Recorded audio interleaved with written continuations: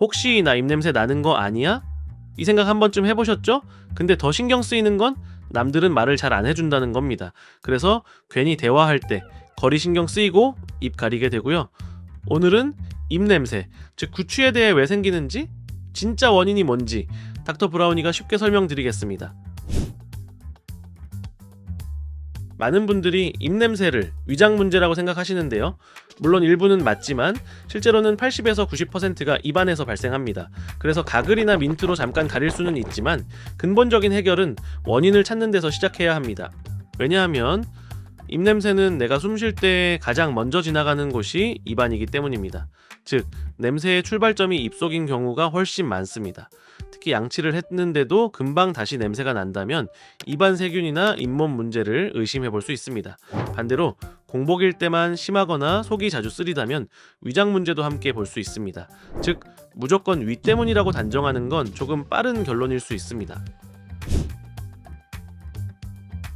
입냄새는 입속 세균이 단백질을 분해하면서 만들어내는 가스 때문입니다. 대표적으로 황화수소, 메틸메르캅탄 같은 성분인데요. 쉽게 말하면 입안에서 냄새가 계속 생성되고 있는 상태입니다. 그럼 이 세균들은 어디에 있을까요?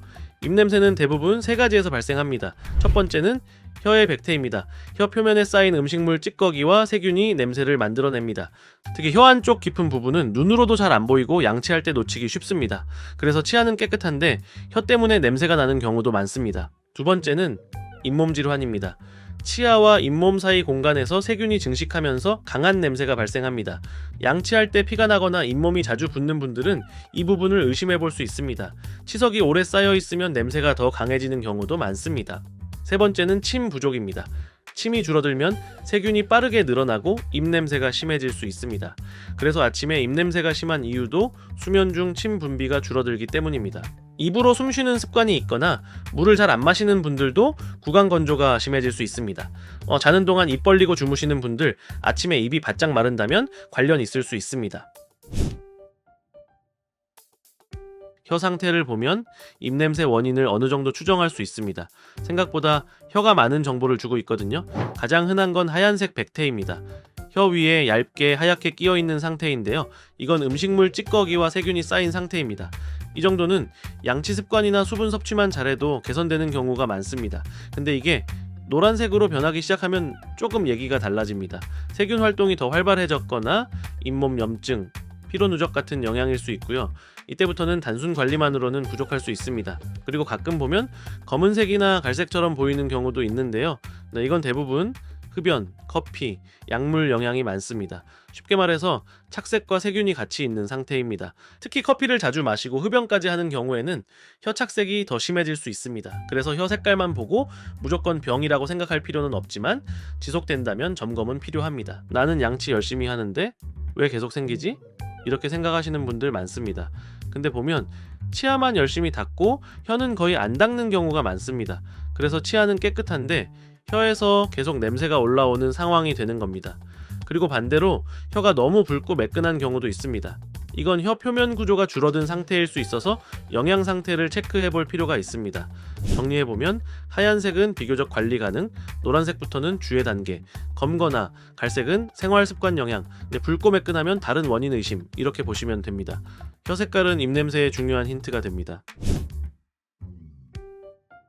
입냄새가 난다고 무조건 세게 닦는 경우가 있는데요. 혀를 강하게 자극하면 상처가 생기고 오히려 세균이 더 잘 번식합니다. 결과적으로 입냄새가 더 심해질 수 있습니다. 그래서 중요한 건 방법입니다. 혀는 칫솔보다 전용 혀 클리너를 사용하는 것이 좋고 안쪽에서 바깥쪽으로 부드럽게 닦는 것이 중요합니다. 무리하게 힘을 주는 것은 피해야 합니다. 한 번에 완벽하게 없애려 하기보다 매일 조금씩 관리하는 게 훨씬 중요합니다. 너무 세게 한 번 닦는 것보다 부드럽게 꾸준히 하는 쪽이 더 효과적입니다. 그리고 이런 경우에는 단순 관리로 해결되지 않을 수 있습니다.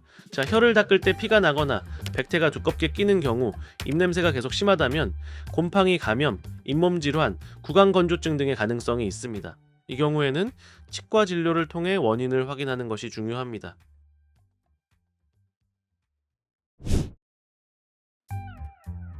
입냄새는 냄새의 종류로도 어느 정도 원인을 추정할 수 있습니다.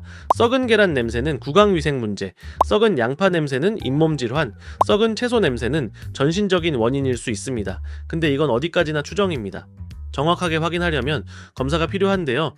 치과에서는 오랄크로마라는 장비를 사용해서 구취를 수치로 확인할 수 있습니다.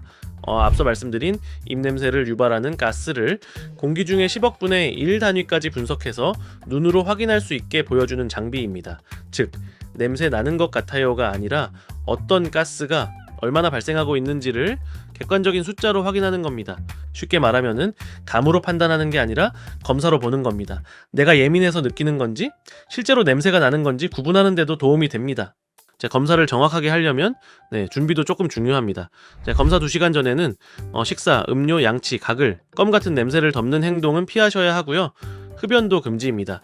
또한 립스틱이나 틴트, 향수 같은 화장품도 센서에 영향을 줄 수 있어서 입술 화장도 지워야 합니다. 그리고 검사 전날에는 마늘이나 양파처럼 향이 강한 음식이나 과음은 피하는 것이 좋습니다.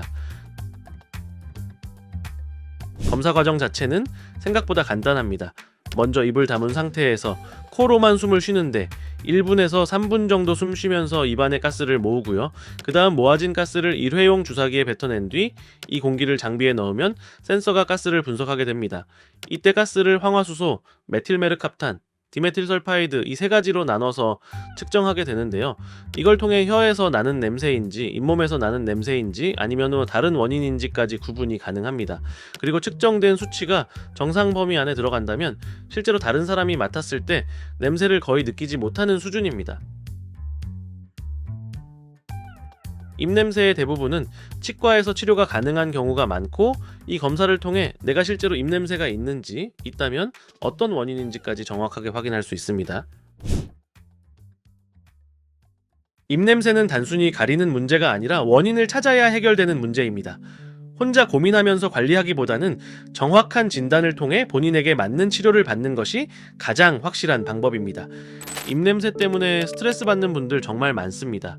근데 혼자만 고민하다가 괜히 사람 만나는 것까지 피하게 되는 경우도 있습니다.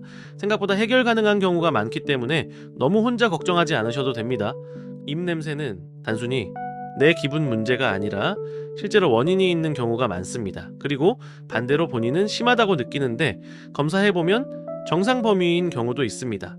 즉, 혼자 추측만 하면서 스트레스 받기보다는 정확하게 확인하는 게 훨씬 중요합니다. 특히 입냄새는 양치만의 문제가 아니라 혀 상태, 잇몸 건강, 침 분비, 생활 습관까지 같이 연결되는 경우가 많기 때문에 원인을 제대로 찾는 것이 해결의 시작이라고 보시면 됩니다. 지금까지 닥터 브라운이었습니다. 다음에도 도움이 되는 정보로 찾아뵙겠습니다.